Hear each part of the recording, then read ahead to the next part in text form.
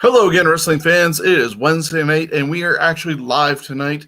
Sometimes most of the time we're taped on Tuesday and come to you on Wednesdays here on YouTube. But tonight we are live on Twitch, YouTube, and Facebook. And we are going to be running down 16 of the toughest in the business. Now, when we were talking about it a little while ago before we went live, there's a lot of people missing. Considering some of these people that we're going to talk about are deathmatch fighters. We have former football players, NCAA wrestlers, just wild Texans. We got Samoans. You never know who's going to come out on top. And depending on what we decide to base our logic on, it was inspired by Chris Maloney last week saying about some people you wouldn't want to meet in a dark alley, especially when Jonesy was saying about certain people as well when he was talking. So that's why we're doing toughest in the business. But before we can do that, we have to bring on our panel. And that has Chris Maloney right here in London, CWN's own. How are you tonight? I'm good. Two things. Number one, they don't call it taped anymore. They call it pre-recorded. This is in the 1980s with VCRs. No. You just got home from work, man. And secondly, I want to mention this just before we go. You're talking about the 16 people that we picked. Tracy Smothers was not one of them. Rest in peace to Tracy Smothers, and to pass away today at the age of 58 years old. But he was considered one of those legit tough guys.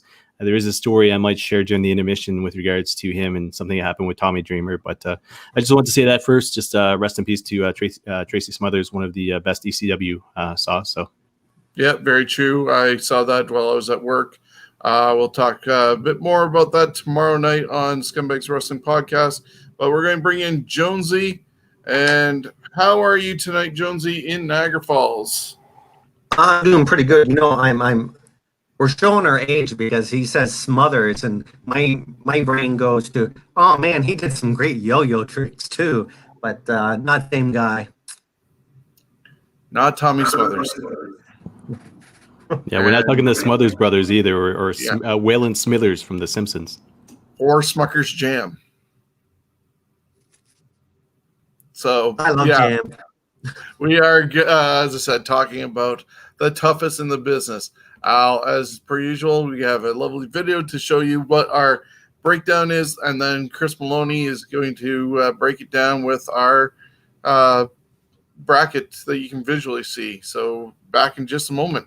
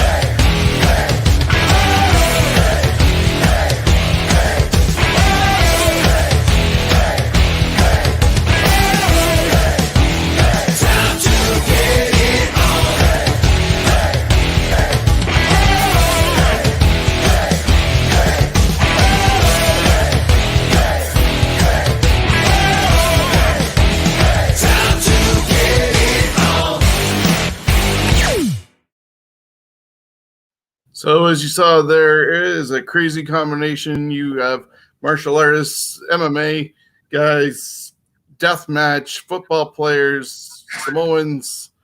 Chris Maloney, you want to break it down for us? Yeah, so like Shawn was saying, 16 of the toughest. But we started off with Brock Lesnar taking on Stan Hansen. We got Mildred Burke taking on Necro Butcher.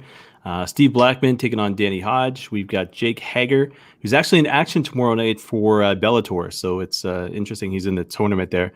He is taking on Bubba Ray Dudley. We got Jun Kasai taking on Haku, otherwise known as Ming. Ken Shamrock taking on Minoru Suzuki. JBL taking on Dr. Death Steve Williams, as well as Ron Simmons, otherwise known as Farouk, taking on Abdullah Kobayashi. And I learned something about Abdullah Kobyashi today. So we'll have to get into that when we get down to that bracket. Yeah, so definitely a hodgepodge of different tough guys. We missed out on some guys like even New Jack, Sabu, the Axel Rotten, Harley Race, Lou Thez. There's so many guys, Mick Foley and Terry Funk. Bob Holly. What was that? Bob Holly.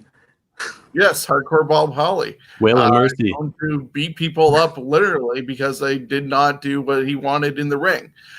So yeah, there's so many people missing, but to narrow it down to 16, that's what we're doing tonight. And yeah, let's start off with matchup. Well, before we dive in, anything you guys see interesting coming out of it? I was kind of excited to see Minoru Suzuki's name spelled right. So that's a good point right there. Yes. When I first typed it in on my phone, it came out really messed up in the spelling, thanks to spell check. But I did correct that in time for this evening's tournament. Jonesy, anything you see? I am excited that we're going to talk about some deathmatch wrestling. This is stuff that I've been watching for many years. A friend of mine and me, we came across it probably, 20 years ago. And this stuff is it's fantastic. Some of these guys, Jun Kasai, I mean, he is just an incredible wrestler, not just a hardcore guy, but a guy who also can do it in the ring. And then Mildred Burke, man, I can't wait. Her taking on the Butcher, I think it's a good fight. Our only female in the competition. And yeah, you also said some deathmatch guys.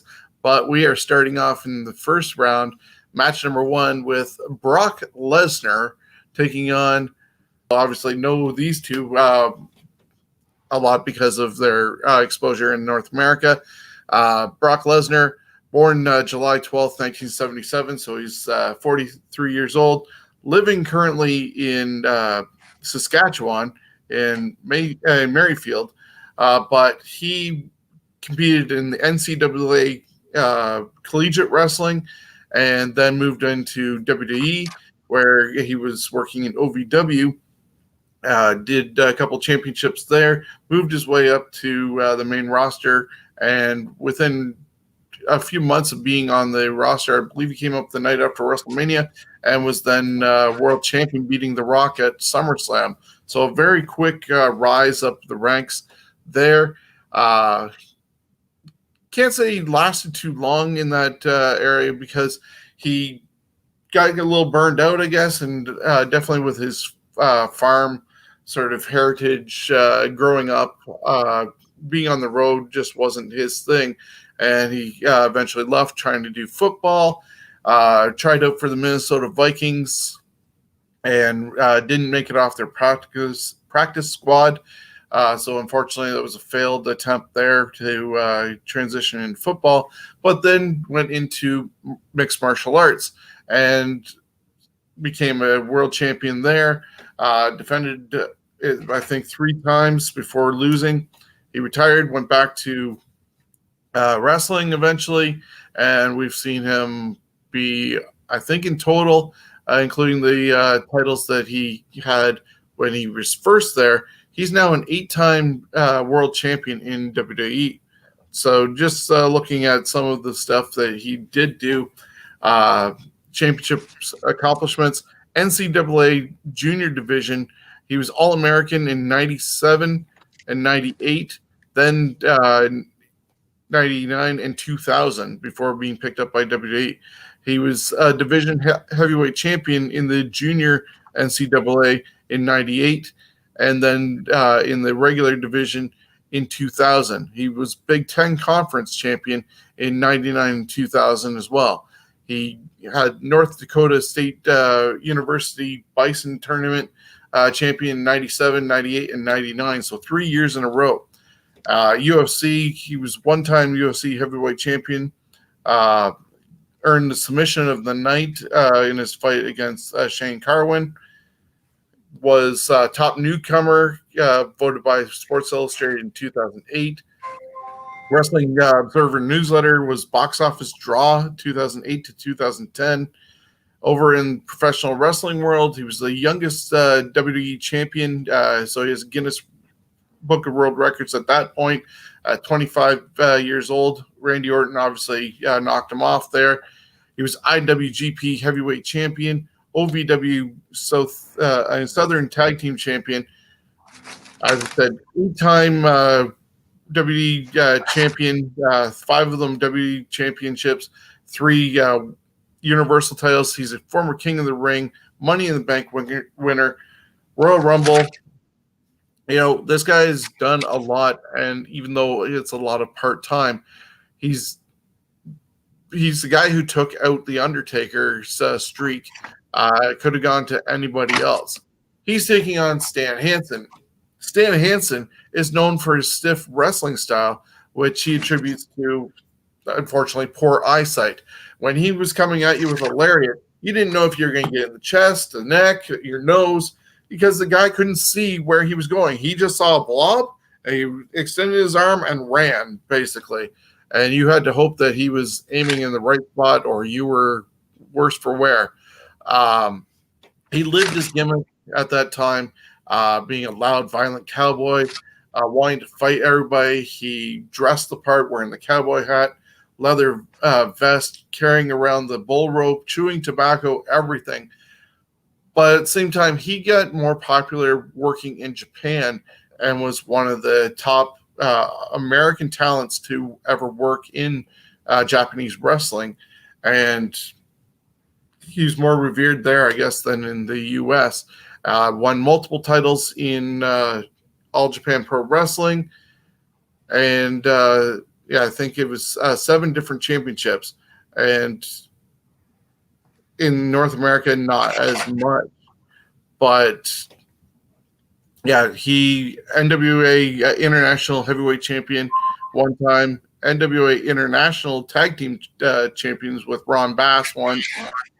NWA United National Championship one time.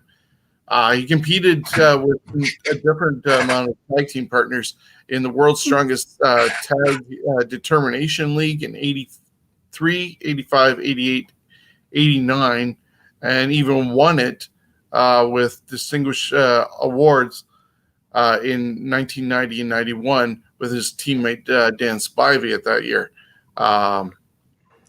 Cauliflower Alley Club member in 1996, AWA World Champion one time, just Mid-South, NWA Tri-State, just so many things that he been all over the world, but as I said, mostly recognized in Tokyo in Japan. Pro Wrestling Illustrated had him a match of the year against Bruno Sammartino in 76. Most hated wrestler in 76 due to that fight.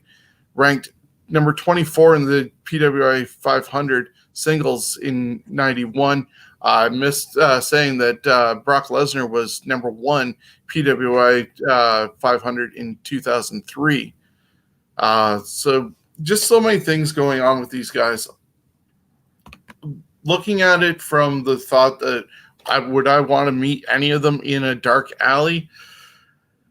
I'd be running, to be honest. And knowing that a blind guy is trying to knock my head off just to get his payday, I'm going to go with Stan Hansen. I could be wrong on this one, but that's where you guys get to decide. So, Chris Maloney. I'll tell you this, Jones is tie-breaking this shit.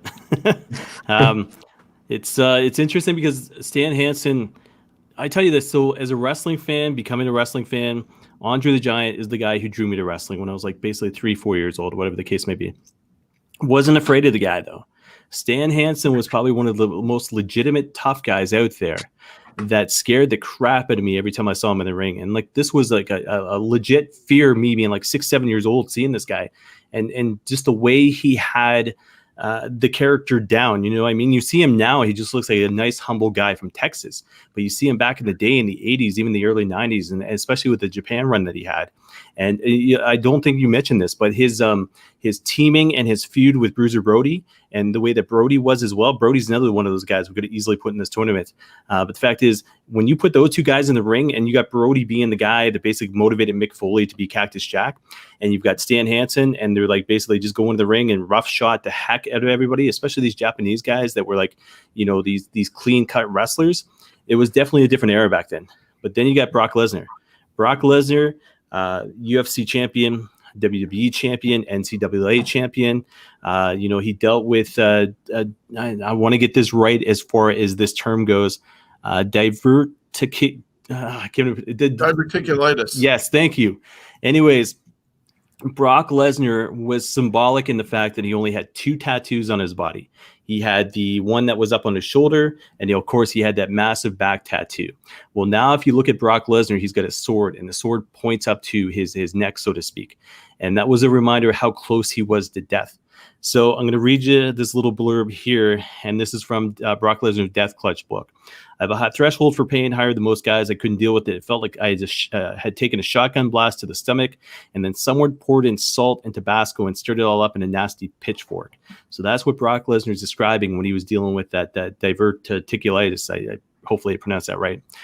Brock is as tough as they come, legitimate. And you want to know how tough this guy was? His bench press record, maximum 655 pounds.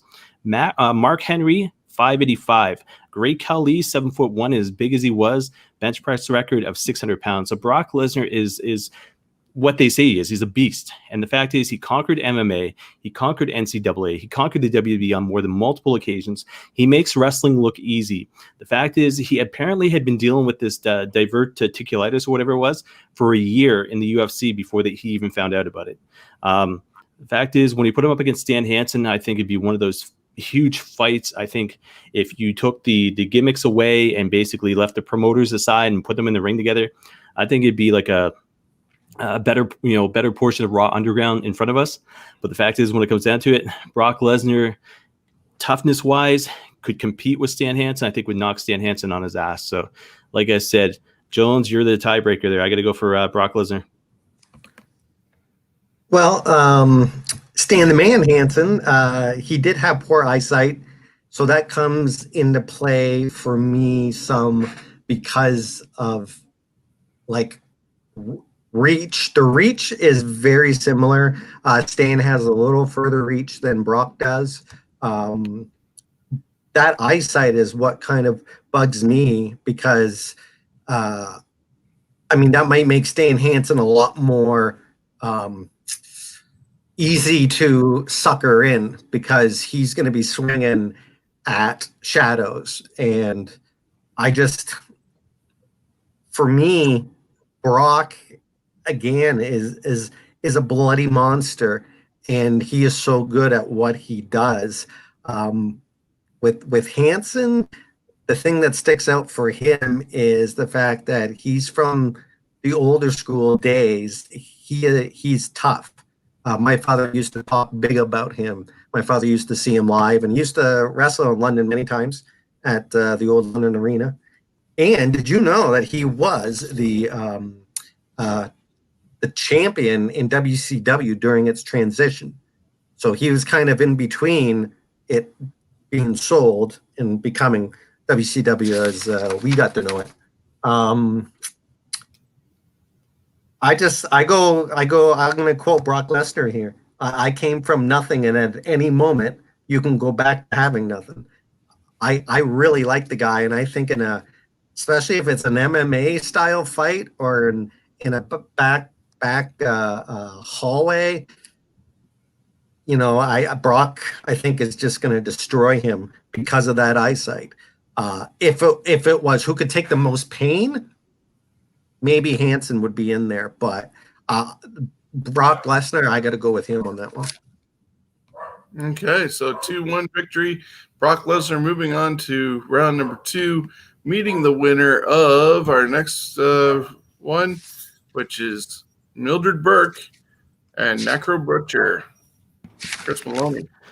So originally when I saw this, I had to be a little bit biased. I was going to go Necro Butcher simply because of the fact I get to meet the guy and buying him a beer. One of the nicest, most humble guys outside of the ring. You never picture him being a hardcore deathmatch wrestler. When I get to meet him, he was coming into his place called Palace out here in London, Ontario. And I would just happen to go to the washroom. And I was like, that guy, oh, wait, that's Necro. You know what I mean?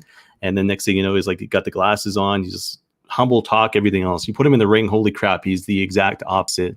But first, I'm going to talk about Mildred Burke. So, born August 5th, 1915, passed away in February of 1989. Heydays lasted from the mid-30s to the 1950s, where she held the NWA World Women's Championship for almost 20 years.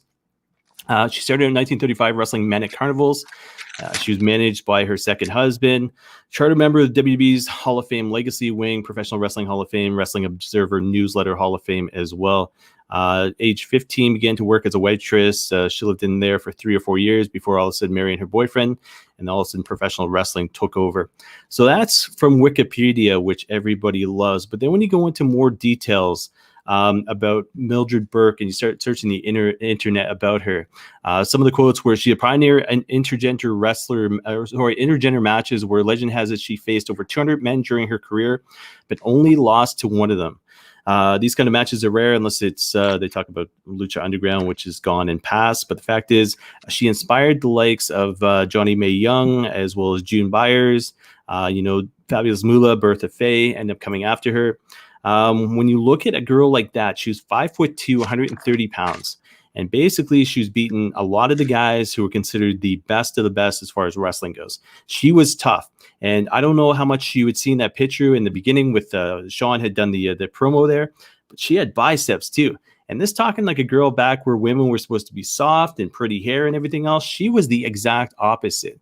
I mean, she basically went into the ring and, like I said, she started with carnivals and everything else. But the fact is, that was for entertainment. But when she realized how tough she was, promoters wanted to book her, and soon enough, she was part of Russian circuses, Parisian, I think it's the nightclubs and American saloons as well. So she's all over the place. And this was back in the day where like 30s, 40s, 50s, where the internet wasn't around. So all of a sudden word traveled. Then you got a guy like Necro Butcher. So Necro Butcher, born 1973,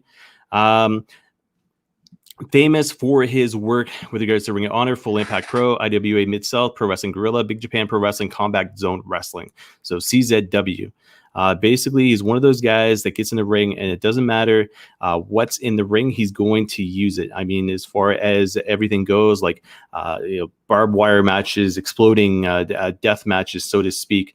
I don't think he was ever part of FMW, which is part of Japan, but the fact is he could have easily done that as well.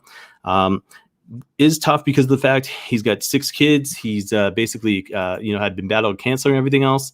But the fact is, when it comes down to it, he is a beast. When you look at him, he is 6'2", 230 pounds. And when I get to meet him, he seems a lot bigger than that. The legacy, the legend of Necro Butcher would basically tower over anybody. I'd like to see him against Stan Hansen, as far as the matchups went. But he ends up getting Mildred Burke, the only female in the competition itself. And it's, again, when I looked at it, I would have chose Necro Butcher just based on bias. But looking at the fact she basically competed against 200 guys back in her generation, back in her era.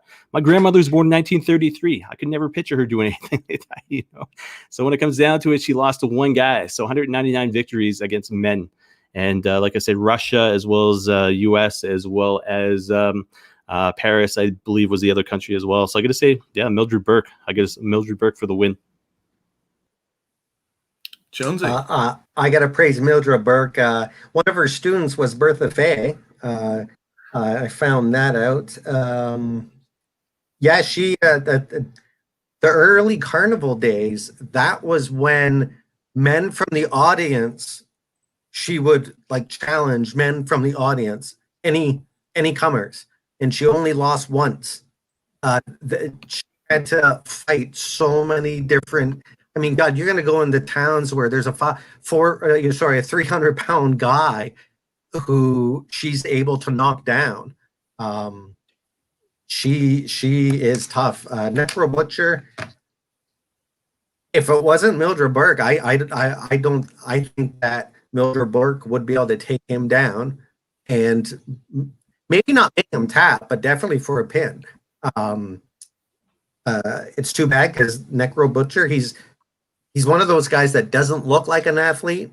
He looks like an old uncle or grandfather, but he's willing to pretty much do anything, and he is nice as heck. And when he puts those glasses on, he just looks like a smart, wise man. But I'm going with Mildred Burke on this one. And unless it's strictly boxing, Mildred Burke is going to be able to, because she took wrestling. She knows. I just think that she's going to take that one. Yeah, so that's interesting. You guys were saying about Necro Butcher.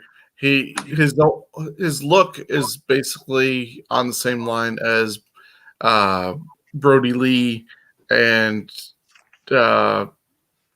Brody. Yeah, so it's a sweep. Mildred Burke is getting 3 in a row for this. 3 votes, and she's moving on to face Brock Lesnar in round 2. It's going to be interesting, to say the least. Which takes us to match number 3, Jonesy, Steve Blackman, the Lethal Weapon, and Danny Hodge. Yep, Blackman.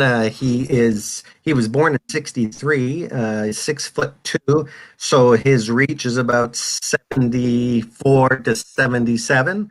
245 pounds. He was trained by Tony Altomer, whoever the hell that is. His debut was 1986, and he did his official retirement in 2007. Started in Connecticut, training and working for Stu Hart. His first WWF appearance was in '88. He teamed with Outback Jack. He was being considered for a full-time contract when he got malaria and dysentery at the same time while wrestling in Africa in '89, and was bedridden for 2 years. So this guy, before we really knew him in WWFE in his '90s run, he already has gone through a lot. And I knew about the dysentery and that, but I didn't know he was actually in WWE earlier. And I got him confused with another guy, which was so yeah. And in his recovery years, he trained in Taekwondo and Eskrima. I don't even know how the hell you say that. Escrima, some other type of fighting. Yeah, and he opened a self-defense school teaching, so he's still practicing. Been a bails bondman, PWI. He was number 70 in 2001, and he was a hardcore champion 6 times. And of course, he was in the Brawl for All. He won the decision, but he withdrew from the tournament due to injuries. So that kind of, that's a sign of weakness there for him, that he had to pull out of that. It's probably smart that he did, but as far as, on paper, that doesn't look good that he had to pull out of that. Danny Hodge. Sorry, is it Danny Hodge I'm going for? Danny Hodge. Yep. All right. So Danny Hodge, he was born in '32. He's 88 years of age now. He was in the '56 Olympic Games, silver men's freestyle wrestling, and he got 5th in '52. Collegiate wrestler from Oklahoma. His record is 46-0 with 36 pins. Only amateur wrestler on Sports Illustrated cover at the time. And it might still stand now, I don't know. The Dan Hodge Trophy is the amateur wrestling equivalent of the Heisman Trophy. So the guy's got a trophy after him. Trained by Leroy McGurk and Ed Strangler Lewis debuted in '59 as a pro wrestler with NWA. Boxing, he won the '58 Chicago Golden Gloves heavyweight, and his record there is 17-0 with 12 knockouts. Pro boxing, his record was 8-2. Bizarre. Oh, in a NWA, yeah. See, now this is where he's got the upper hand, folks, because his father in an NWA boxing match for realsies entered the ring and stabbed his opponent, who at the time was champion Angelo Sabaldi, with a penknife, requiring 70 stitches to the guy. So Danny Hodge didn't plan this, but he's got a crazy father out there that might actually attack one of these guys. Okay, so like that, and he doesn't need that, because my God, I gotta give it to Danny Hodge. He just sounds like he is a tough son of a bitch, and he's 88. He still take at least at the age of 80, he can take an apple and completely crush it and squeeze all the juice out of it. And it's just like it's in a ringer.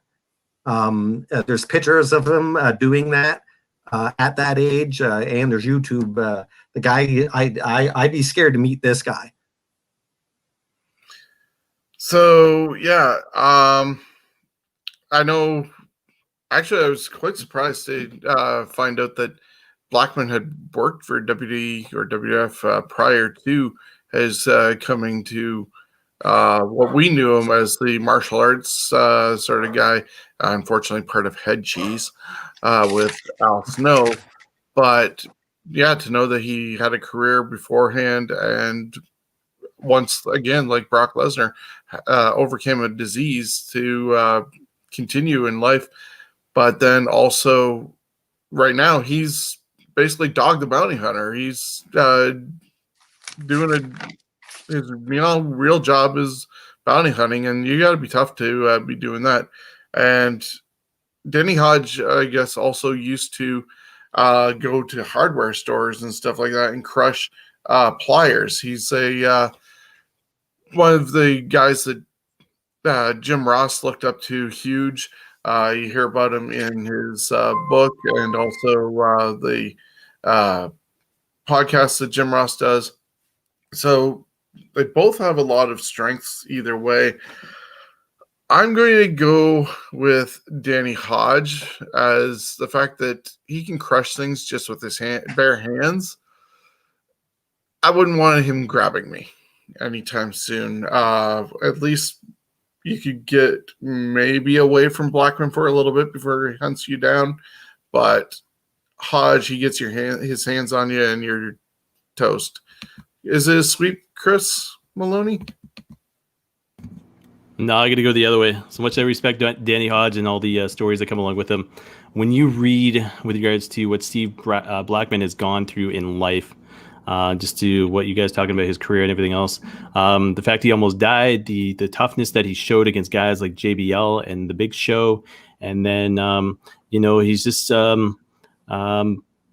one of those guys that didn't have his due as far as the WWE went. I mean, they made him look like basically a cartoon version of who he really was real life. But I think Steve Blackman had his day. He probably would have been top 3 WWE top toughest guys in the history of the company. But it wasn't meant to be. So I got to go Blackman just for that. I mean, you guys already picked Hodge, but yeah, Blackman. Totally understandable. Like it's a toss up when I was going for my pick. Because, yeah, Blackman, really tough on that one. Which brings us to our next matchup, number 4, Jake Hager, known also in WWE as Jack Swagger.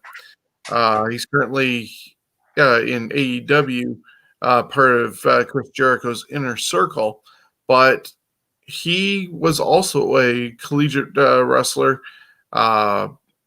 He switched from football to wrestling in 2006, had a record for most pins in a season with 30 as an All-American, And following a tryout, he was signed with WWE in 2006 as well. He became a two-time world champion, having WWE championship and the ECW championship, one of them each. And he eventually left WWE in 2017 and started doing a MMA career, working mainly in Bellator. So his career record with that is he's only had 3 matches, and tomorrow night he's going to have his 4th one. But yeah, he had a no decision or no contest his first fight, but he's won his last 2. So he's essentially 2-0-1 for his record. Yeah, just another one of those farm kids that you just have natural ability and muscle, I should say, to him. Like, he's not one of those guys who probably would go out to the gym nonstop and do everything, but because of the work he had to do as a kid growing up, that's that whole natural ability. He was ranked number 18 in the top 500 for PWI in 2009. As I said, ECW championship, WWE World Heavyweight Champion one time, a U.S. champion, and he even won the Money in the Bank in 2010. He was voted most improved wrestler in 2010 by the Baltimore Sun. And as I said, right now he's working in AEW with Chris Jericho. He's taking on Bubba Ray Dudley, or Bully Ray, probably most successful being a singles wrestler in TNA. Of course, I guess you can say the fact is when you have a lot of room to wiggle there, everybody can have a chance to rise to the top. But he's been able to do that and be somebody other than just a Dudley boy. Dudleys have so many championships all around the world, but he was able to come out of that as well. But he's born July 14th, 1971, so 49 years old. He's wrestling occasionally still, but you can hear him on Busted Open Radio right now, and I believe he's also with Taz and Tommy Dreamer and a few others. He had Match of the Year in 2000 with Devon in the Tables, Ladders, and Chairs match involving Edge and Christian and the Hardy Boys. Match of the Year again in a TLC match with Hardys and Hardys and Edge and Christian in 2001. Tag Team of the Year in 2001, 2009 with Devon. Ranked number 4 in the 500 singles for PWI in 2013. Ranked number 354 in the top 500 wrestlers in PWI years in 2003. But at that point, he was only known as a tag team wrestler with Devon. He won the World Strongest Tag Team Determination League with Devon for All Japan Pro Wrestling. Cauliflower Alley Club honoree with Devon, also in 97. Destiny Wrestling Organization heavyweight champion 1 time. ECW tag team champion 8 times. For being in ECW with all the things that they went through, tables and the garbage cans, and they were not blocking shots to the head and everything. So you got to be pretty tough to make it through ECW as well. New Japan Pro Wrestling IWGP Tag Team Champions 2 times with Devon. Ring of Honor 6-man Tag Team Champion with the Briscoe Brothers. TNA Tag Team Champions with Devon. TNA World Heavyweight Champion 2 times. Tag Team Champion 2 times with Devon. The World Cup of Wrestling, he was part of that team with Eric Young, Gunner, Eddie Edwards, and ODB. He's in the TNA Hall of Fame in 2014. Hardcore champion for WWE 10 times. Tag team titles 8 times with Devon. WWE Tag Team Championships one time with Devon, WCW WWE version one time, and they're both in the Hall of Fame in 2018. So gearing back and forth between these two, we got Jake Hager, who does legit wrestling with Bellator, but he's only done a few matches. Of course, he's won all of them, and hopefully will win tomorrow night. But with all the years of experience that Devon Dudley has had, Bubba Ray, should I say, and Bully Ray personas, I'm going to go with Bully Ray over Jake Hager. Chris? Maloney. Hey, Jonesy, your tiebreaker once again. So I'm going to say this. Shawn probably put it best with his last statement there when he's talking about legitimacy. That's the difference between Bully Ray and Jake Hager. Is the fact is Jake Hager is legitimate. Bully Ray is a gimmick. And I'm not knocking Bully Ray for being tough. There's 11 years difference between the two of them. But when you look at Jake Hager's resume, guy basically when he was at the University of Oklahoma, two-sport athlete, participating in both football and wrestling, went on to the WWE circus, so to speak, was never given the push that he deserved. From there, he ends up going on to Bellator MMA. Obviously, he's at AEW. The guy is 6'7", 254 pounds.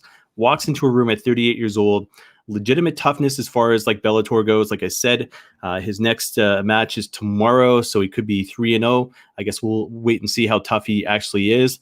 But I think he would mop the floor with Bully Ray. I think, and in saying that, not to say Bully Ray wasn't tough, but you have a legitimate All-American athlete in Jack Swagger, Jake Hager, taking on somebody who was most notoriously known for his tag team wrestling as a gimmick. So not saying Bully Ray wasn't tough, but I think when it comes down to gimmick toughness versus legit toughness, like I said, Jonesy, your tiebreaker with this.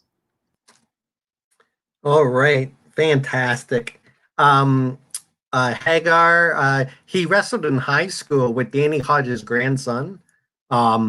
He held on to an arm triangle choke after tapping. The crowd booed him. That was, I think, one of his Bellator fights. He's a bit of a badass. He won the match, but like professional wrestling, he went, I'm going to hold on this for a couple seconds. Now, whether that he was doing purposely or that was just in his head, but you know what? I think it'd be good for him to play the role of a badass. It's like, yeah, I was a professional wrestler, but you look at his past stuff that he's done. I gotta go with him over Bubba Ray. If it's a bar fight, it might be a little different, but if this is like in any sort of enclosed area that doesn't have any way to get out, I think Hager's gonna take care of him eventually. But yeah, I think Bubba's gonna be a bloody mess and cause a lot of damage to Hager. But I just think, I mean, you look at, he is a handsome, nice looking badass. I mean, like, you could put him in the college sweater and he'd be like grandma's boy. And then the next minute, just his face has that nice and then mean. So yeah, I like it. I like his chances. So I'm going with him.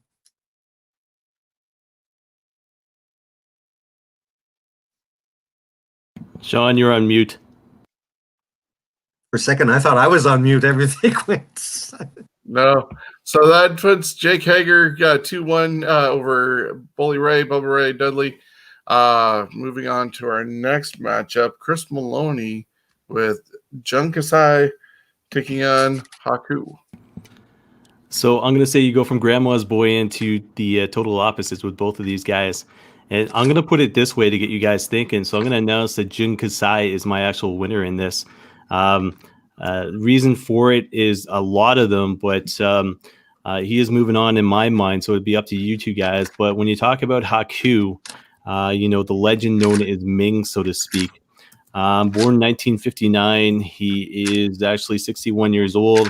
One of the toughest Samoan Tonga guys in the entire business.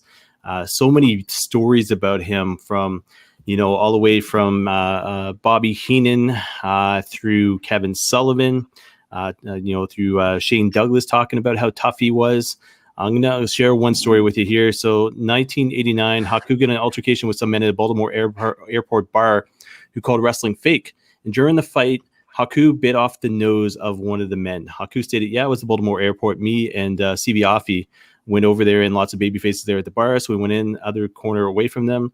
When they're ready to close, we had a few drinks. On the way out, 5 guys just sitting there. Of course, the same thing came out, the fake stuff. Hey, you guys, with those guys wrestlers, fake wrestlers on TV, I said, yeah, I'll show you. And I reached over there without thinking. There were other 4 guys there, laughs, grabbed his face and bit his nose off. Then the fight started. Me and Siva just kind of cleaned house there and left it off. And that basically, like I said, that was just one story. Stories from Bobby Heenan, stories from Shane Douglas. I mean, you look at him now, 61 years old. You want to talk about dark alleys early in the show? Yeah, he is one of those guys that'd be like, oh, screw it, I'm out of here. He's and especially the way the WCW portrayed him when he was Haku in the WWE, when he was part of the Islanders gimmick, when he was I think prior to the Islanders gimmick, and he was known as, I think, King Tonga, I think it was. No facial hair. I mean, he was clean and crisp and everything else. And then when he went over to WCW and he was Ming, and he had those pants, the flare-up pants with the hair, it's like, holy crap. I mean, they made him look even tougher. But I'm going to try this because I've noticed on the program here, there's a little share screen button down below. And in saying that, I'm going to try to find this tab that I've got, if I can, and it's not coming up. So I'm going to have to do this. Just give me 1 sec here. Bear with me. So I've got it open. I'm just going to reopen it in a new tab. So I got this. I'll go back to this. I'm going to share the screen again. And I'm going to hopefully see, I think, oh, yep, here we go. So they say you can never unsee certain things. And they say a picture is worth 1,000 words. And if you're weak at heart, I shut off the friggin' the show for a good 5 seconds or so. But here you go, guys. This is what I'm showing everybody right now. So can you guys see this at all? No. There we go. Now we can. I'm adding it. So Shawn's got the ability to add and not add. Oh, yeah. But right there, okay, right there, you read the stories about these 2 guys. And the next thing you know, you see that image there. Okay, that is Jun Kasai's back. Okay, dude right now is, how old is he? 46 years old. Okay, 42 years older than myself and Shawn. And Shawn, you can stop sharing the screen now because I'm going to have some nightmares going on through Halloween here. But 46 years old, 2 years older than myself. Okay, and you go into the stories online. In 1974, he was born, got into wrestling 1998. Okay, king of the death match, so to speak. So, and this is one of the things I saw from Wikipedia. Kasai has participated 5 times in an extremely bloody razor death match. So, basically, the rules of this is a hardcore match where boards are fitted with many razor blades. The first of these death matches was held in 2005 with the Jaki Numazawa, in which Jung took on a power bomb into the razor bladed board. The second one, held in 2008, Kasai's match was against the American wrestler Masada. 2009, he defeaed looks like a Riju into another razor match after a double underhook face buster. Sorry, not face butter, face buster onto a cactus.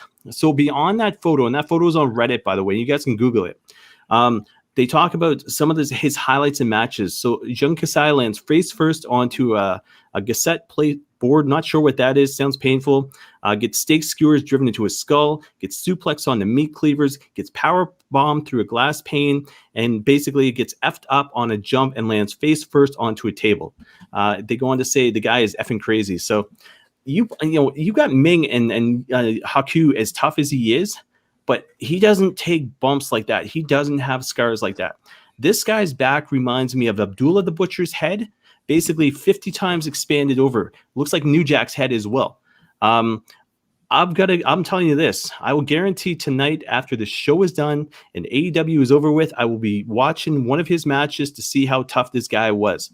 But when you look at him, like I said, 46 years old, the guy is only 5'8", 194 pounds, and his back looks like that. So originally, when I tell you this, we were talking about this tournament, I think we all unanimously voted Haku Ming was in this, but put him up against Jun Kasai. Yeah, forget about it. Jun, I guarantee almost finals for me be interesting to see who goes up against him. You know, you make me so happy.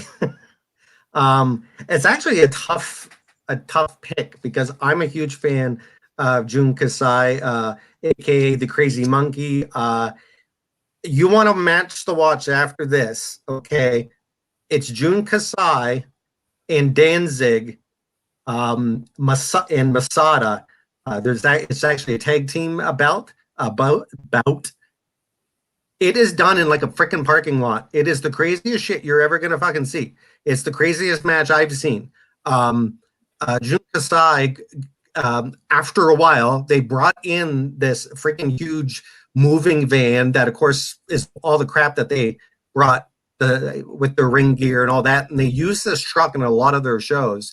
And it's got to be at least, I'd say, 12 feet from the ground, how high it is.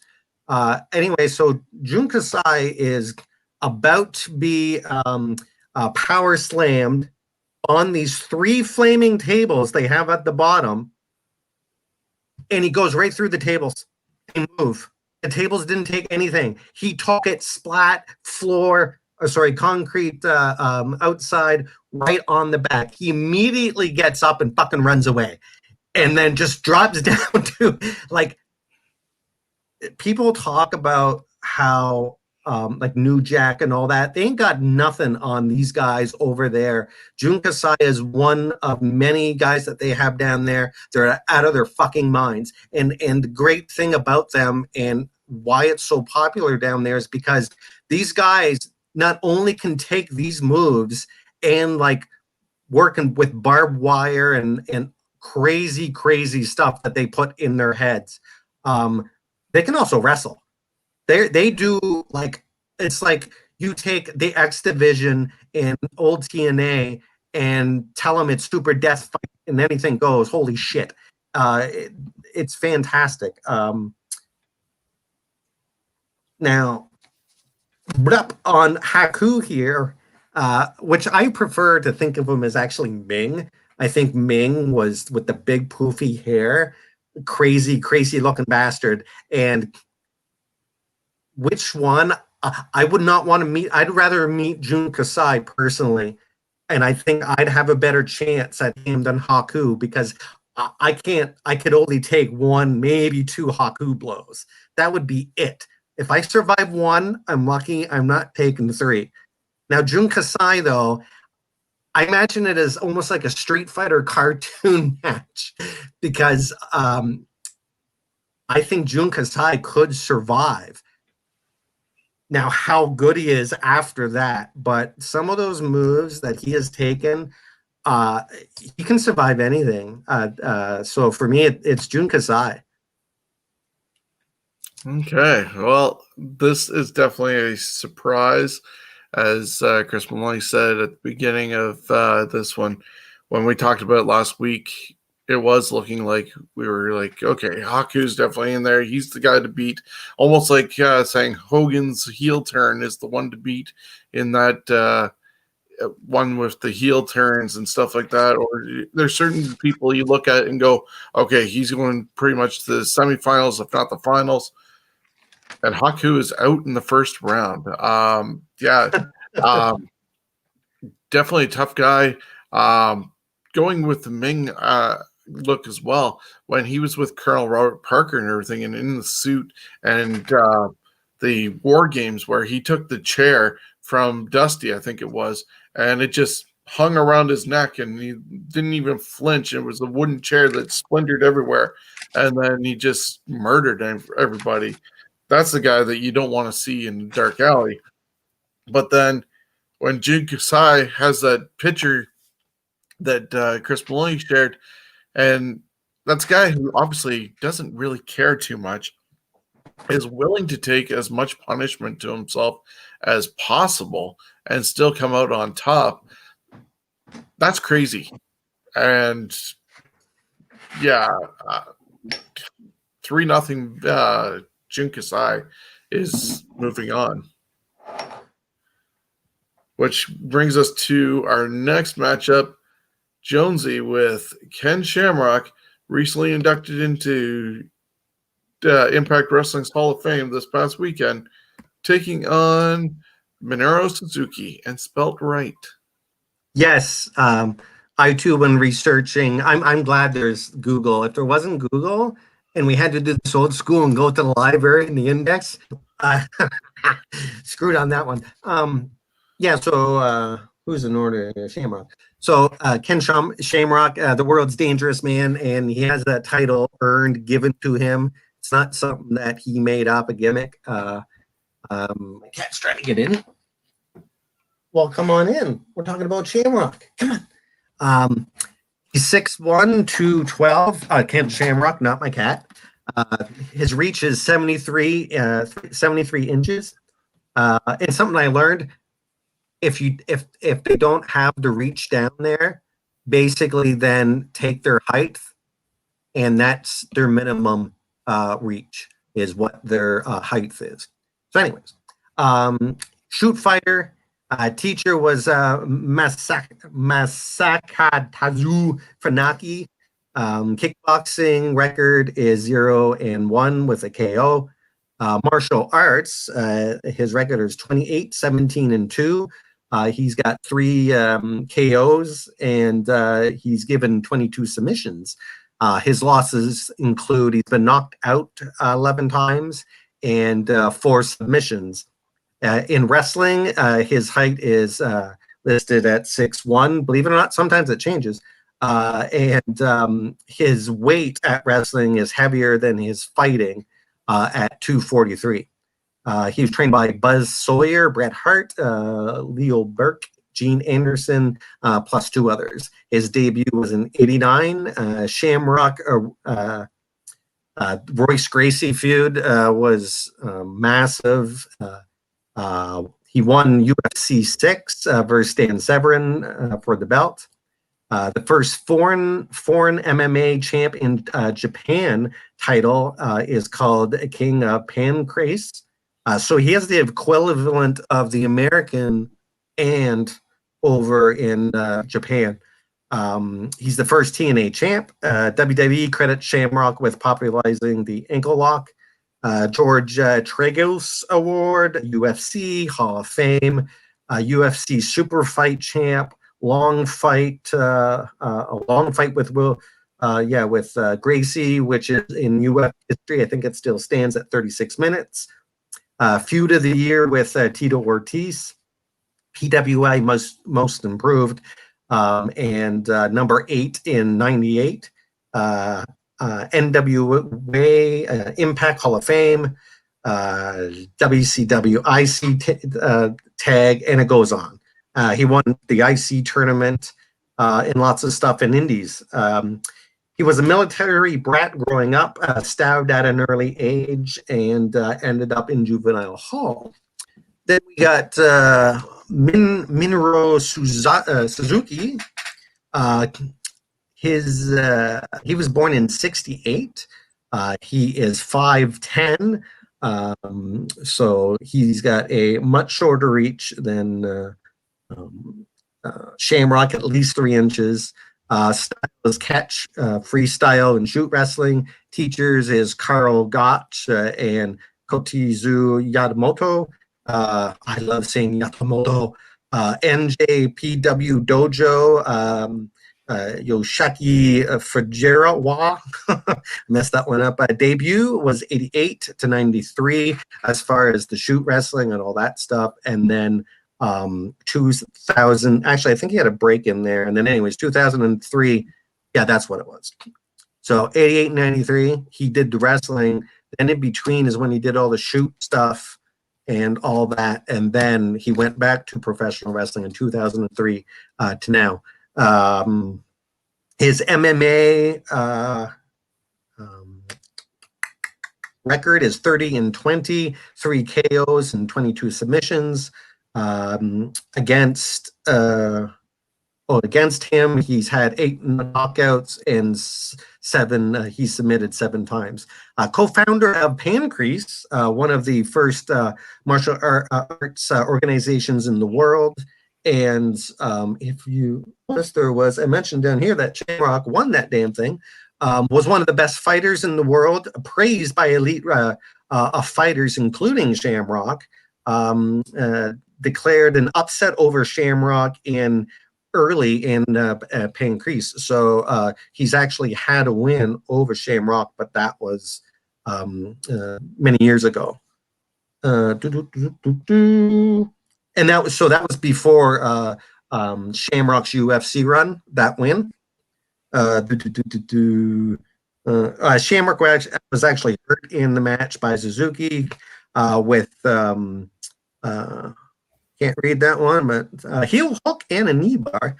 Shamrock declared that he was asked not to hurt Suzuki in that match, who already had back issues. So Shamrock is saying that win might have not have been, a real win. Motion character he was the motion character for King in the Tekken video game, if you ever played Tekken. Tons of belts, All Japan Pro. The list is pretty big. Matches of the year, PWI 14 in 2007, and that's number 14 out of 500. Tokyo Sports Awards Observer Match of the Year in 2012 and 2014. Kickboxing, submission, grappling. It's a pretty tough one for me, and I'm trying to look if I haven't even. This is one of the only ones I didn't make a prediction to, because they're both damn equal. And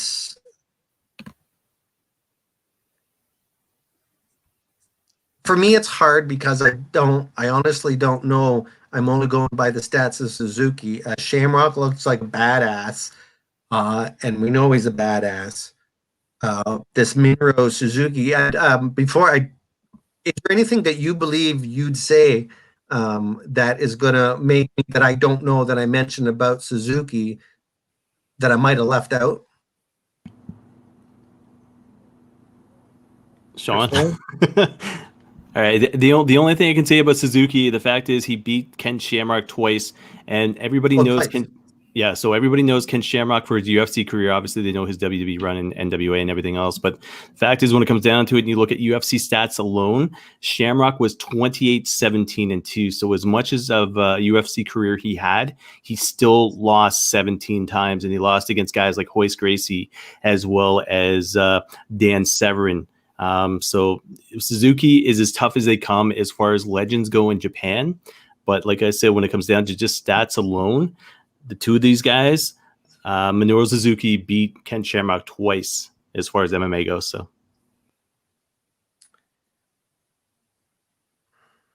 well, then, I have to go with Suzuki, only because, again, he's beat him twice. The once I kind of was like, well, that could be a fluke, and that's why I haven't done click. So I'm going to have to go with history on this one, because I don't know enough about Suzuki,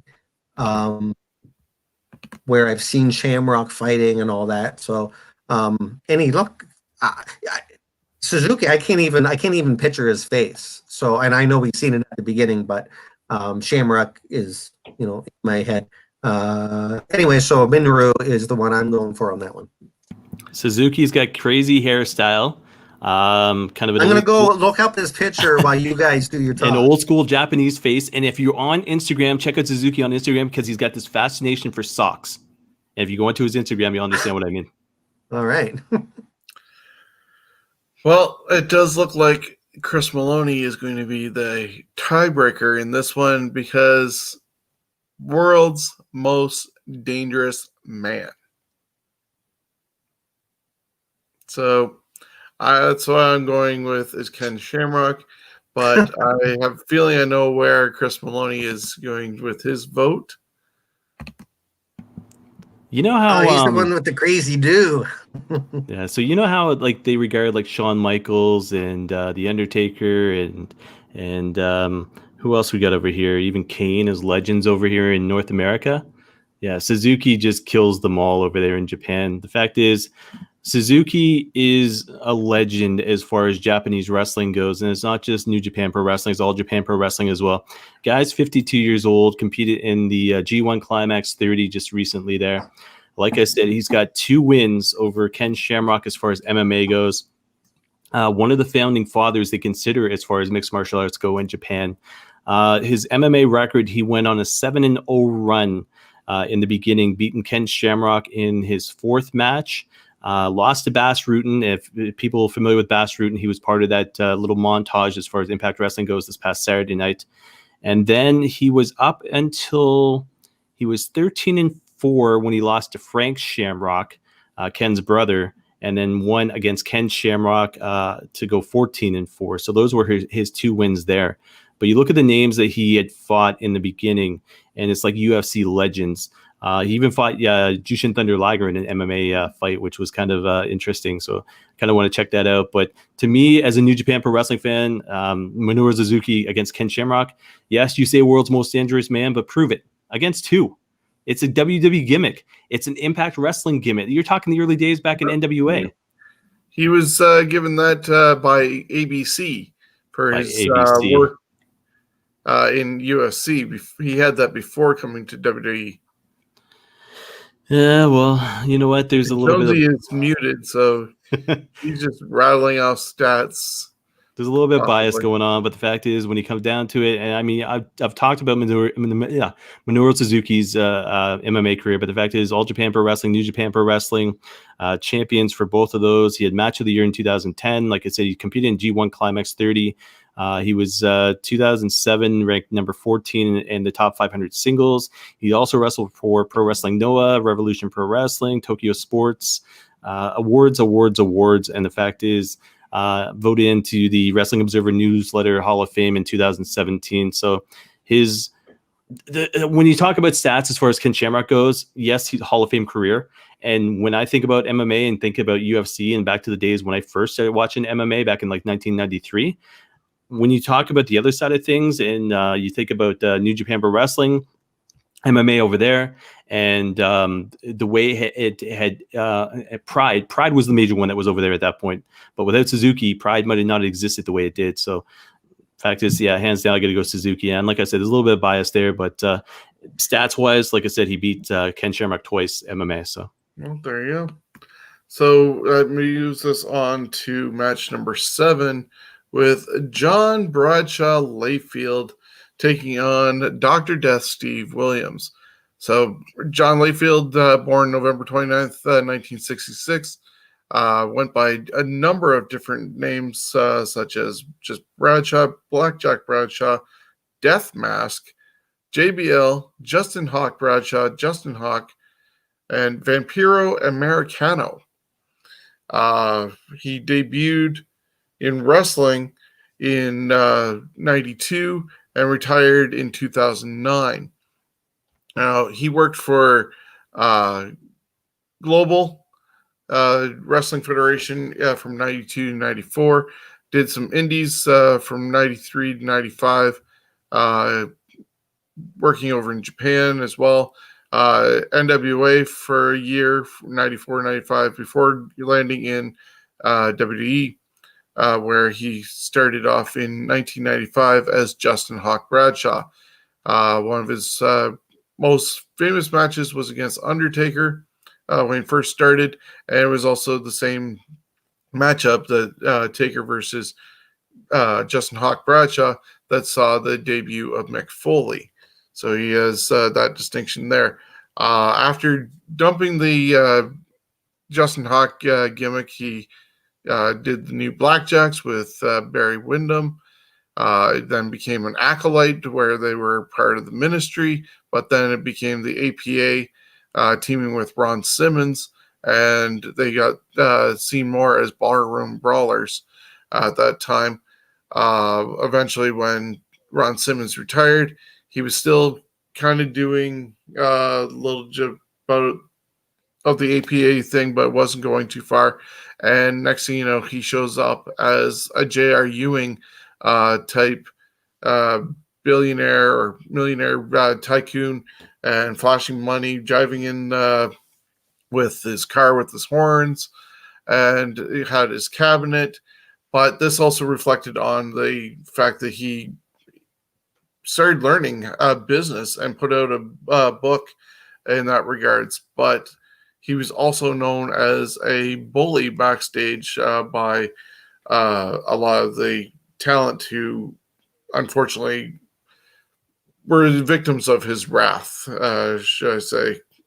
And before going to wrestling, he was a college football player where he was NCAA Division II All-American in '89, Catch Wrestling Association World Tag Team Champion one time with Cannonball Grizzly. He has Lou Thez Award in 2012, Global Tag Team Championship with Bobby Duncan Jr., and a separate one with Black Bart. So definitely on his Texas gimmick because he is from Texas. NWA North America Heavyweight Champion one time. OVW Southern Tag Team Champion one time with Ron Simmons. Ranked number 5 in top 500 by PWI in 2005. Ranked 496 in the best 500 wrestlers of all time, PWI years 2003.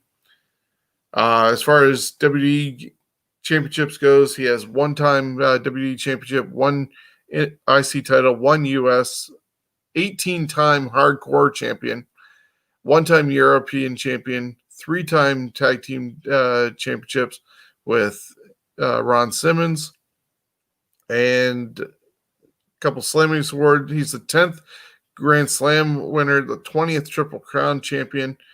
Got into the WWE Hall of Fame while he was supposed to this year, 2020, but they have yet to do the official induction. Wrestling Observer Hall of Fame gave him the best gimmick in 2004 and worst television announcer in 2014 and 15. So that is John Layfield, and he's taking on Steve Williams, Dr. Death, born May 14th, 1960, passed away December 29th, 2009 after battling cancer. He debuted in 1982 and retired in 2009. Very good friends with Jim Ross. He was a collegiate football player, professional football player, also with the New Jersey Generals in the USFL in 1983. Then he ended up going in professional wrestling, where he worked all over, mainly in Japan, in WCW, NWA. He was one of the top guys for Bill Watts' UWF. 2004 to 2009, he was battling cancer. He had a mixed martial arts career with one match that he lost by a knockout to Alexei Ignashov. That was in 2004. Some of his championships include All Japan Triple Crown Heavyweight Champion one time, World Tag Team Champion 8 times with a mixture of Terry Bam Bam Gordy, Gary Albright, Vader, and Johnny Ace. World's Strongest Tag Team Determination League with Terry Gordy and also Mike Rotunda. He's Cauliflower Alley Award, Lou Thez Award in 2008. Pro Wrestling Illustrated's Most Improved Wrestler of the Year, 85. Tag Team of the Year, 92 with Terry Bam Bam Gordy. Ranked number 8 in the 500 Best Singles Wrestlers of the Year in 1991. Ranked 78 of the top 500 in the PWI years 2003. He was UWF Sports Channel Television Champion one time, UWF World Heavyweight Champion one time. WCW, he had the NWA US Tag Team titles one time with Kevin Sullivan, WCW Tag Team Championships twice, once with Mike Rotunda and once with Terry Gordy. NWA Tag Team Championship one time with Terry Gordy. NWA Tag Team Championship tournament in 92 with Terry Gordy as partner. Wrestling Observer gave him the match of the year in 2006 with Johnny Ace against Mitsuhara Mishwa and Jun. I'm just butchering names in Japan, and 96. Most Improved Wrestler of 85. Strongest Wrestler 87 to 90. Worst on interviews in 88. But he's a guy who definitely needed somebody like a mouthpiece, like Jim Ross attempted to sort of be for him in WWE. Rookie of the Year in 82. Tag Team of the Year in 92 with Terry Gordy. And he's in the Wrestling Observer newsletter Hall of Fame in 2011. The interesting thing is with Steve Williams, if you watch Dark Side of the Ring, that happened this past year in season 2, they talked about the Tough Enough show, or the segments that WWE had. And whether they want to believe it or not, there was talk that it was geared towards him winning the whole thing to end up having him go against Steve Austin in the future. So they were trying to build him up. Well, he ended up getting knocked out early in the tournament, got injured, and that was basically the end of his career. The Tough Enough tournament, unfortunately, as Jonesy said a little while ago, it knocked out Steve Blackman, and he had to drop out. There were so many guys who could not finish the whole thing because it was legit fighting, and they didn't make it like they thought they were supposed to, and actually got injured.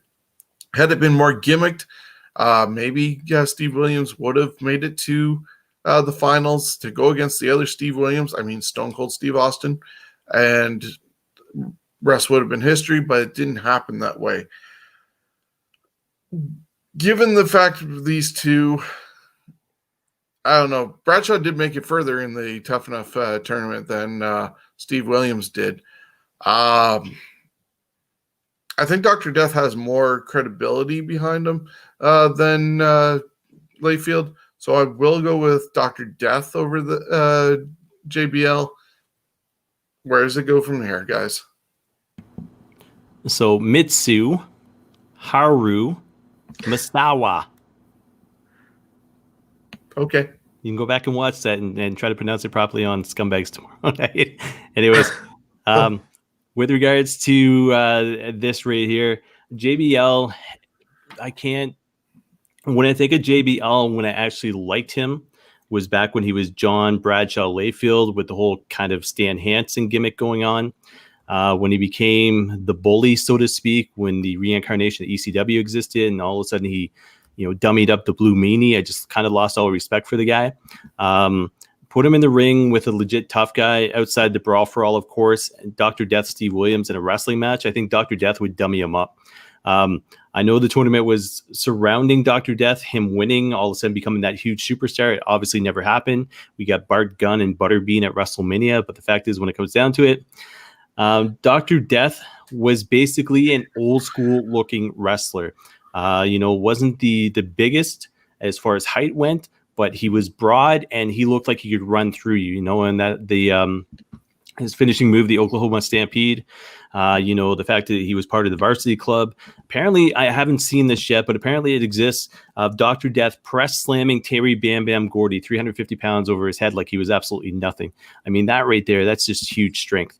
You talk about his amateur football career as well as his pro football career. You talk about his feuds with, like I said, Mitsu Haru Musawa, and he had that Japanese toughness over there as well. So not a big fan of JBL, John Bradshaw Layfield, however you want to call him. So I'm going to go old school. I'm going to go varsity club. I'm going to go with Dr. Death, Steve Williams. Is it a sweep, Jonesy? If I had to watch a JBL match versus a Dr. Death match, I'd choose a JBL match. I never got Dr. Death, Steve Williams. Yes, he does look tough, but that's about it. And none of his matches stick out to me as being wow or anything. To me, he's old school wrestling that when it's a show, it's boring. But in a knockdown, drag out fight, I would hope that he would kick the shit out of JBL. So I'm going to go with Dr. Death. There we go. A 3-0 victory of Dr. Death. Moving on to face the winner of Ron Simmons against Abdullah Kobyashi. Yeah, and it's interesting because we were talking about the guys who didn't make it. Abdullah the Butcher was one of those guys that didn't make it in. I mean, but yeah, you've got the guy that he trained who makes it in. So Abdullah Kobyashi, I was like, you know what? I've never heard of this guy before. And all of a sudden I go and Google him. I was like, why is his name Abdullah? And then sure enough, one of the first things they say after Abdullah the Butcher, who was his trainer, career began in 1995. He was part of Big Japan Pro Wrestling, deathmatch division, wrestled for Big Japan Pro Wrestling most of his career. He's very well known, and you guys read this on Wikipedia as well, for death matches with several of the other BJPW wrestlers. When it comes down to it, he apparently had hepatitis C at one point, forced him to take a break, and he ended up coming back and returning to the ring. But some of the things that he's accomplished: tag team championship over there in Big Japan, deathmatch heavyweight championship 4 times. That's absolutely insane. Guy's only 5'9", but he's 364 pounds. So he's a tiny guy, but he's a lot of mass to him. Kind of reminds me of Falabao from Impact Wrestling there. You go on to look, and basically he's had some other championships for Combat Zone Wrestling as well as looks like WEW, not sure what that is, and then won the Fighting Spirit Award in 2012. The downside about this is, as much as he looks tough and as much as he was trained by Abdullah, fact is, when it comes down to it, he's going up against Ron Simmons. I mean, now Ron Simmons, you think about the whole gimmick where all of a sudden, and he even did it, when was it, last week on Law and Otis, where all of a sudden he's sitting there at the end of the segment, he's like, damn, you know what I mean? And that whole gimmick there, but that's a testament to his toughness. When he was APA, that's the one thing I will say good about Bradshaw, is the fact is he was a compliment to Ron Simmons, and apparently they're best friends in real life. But when you look at Ron Simmons, guy was born, when was it? May of 1958, 62 years old. Basically 6'2", 270 pounds, but he was a strong a strong 270 pounds. Like, the guy was just solid mass. When you look at his career before wrestling, basically it was amateur football. Apparently where's it here? Simmons was an American college and pro football player who was a defensive tackle in the NFL, CFL, and United States Football League. So he excelled at football itself. Again, he was just hardcore as far as his gimmick went. I know past tournaments we've done, and we've thought about we've included the team Doom, how tough he was back then with Butch Reed, all the way through to the Farouk character, all the way through to him becoming the first ever WCW World Heavyweight Champion. When he was in WWE, as far as the accolades go, the APA, he just looks like somebody who basically, to me anyways, would take no shit. If you got into it with him, he would basically, slap the crap out of you. Apparently there's a story online as far as Ahmed Johnson goes, and how Ahmed had apparently injured him and put him on the shelf for 9 months. And anyways, after that happened, basically for 9 months straight, people warned Ahmed Johnson. So when he comes back, he goes, you got to go running. And this was apparently a legit tough guy with Ahmed Johnson. But Farouk, Ron Simmons, looks like just one of those guys that, you never want to kind of mess with, get on the wrong side of him. He's soft-spoken, kind of, passionate guy about the business. Will lend his ear to pretty much anybody who wants to hear it. But I haven't really found any really good stories about him other than the Ahmed Johnson story. But when it comes to legit toughness, and even somebody who's like 62 years old, as far as being in that ring goes, he looked like he could take it to a bunch of 20 to 30-year-olds nowadays. But as much as I like the fact that Abdullah the Butcher named another guy Abdullah, I've got to go with Ron Simmons here, just for the fact it's Ron Simmons. So that's my pick. Jonesy. Okay, that's cool. I had a thought and I lost it with Ron Simmons there. There's no doubt Ron Simmons is a tough guy. But I'm going to go to Abdullah here. You go on about, we went on about Jun Kasai. This guy has fought that guy many times. Talk about tough. This guy does tack matches where the whole ring is surrounded in tacks, barbed wire, light bulbs, fluorescent tubes, glass, and he's wrestling. You can find it on YouTube. And I think it's against Jun Kasai, wrestling with no boots on. It's bare feet. And you wouldn't even know that he's stepping on anything. He eats. One of his things that he's known for, his gimmicks, is he eats the fluorescent tube during the match. He actually puts it in his mouth and then spits it at the guy. The guy is, he doesn't look like a hardcore guy. He looks like kind of like a blob. But he moves. The guy does high kicks. He can get off his feet. He's he wrestles like a junior weight. The guy is phenomenal. Against Ron Simmons, if it's a real fight, what I would be afraid of is I think Ron Simmons would run out of gas going after the guy because he can take so many hits to the head. You talk about proving yourself in toughness. Yes, Ron Simmons proved his toughness, especially in the football field and in professional wrestling. But when real life comes and hits you, can he take someone throwing a fucking brick at him? No. Can Abdullah Kobyashi take it? Absolutely. I'm going with Abdullah because I would like to go with Ron Simmons, but this guy is way too hardcore to be taken out by Ron Simmons. So I am the tiebreaker on this. Both of you have very compelling arguments. And I seen your mouth drop when I said about eating glass.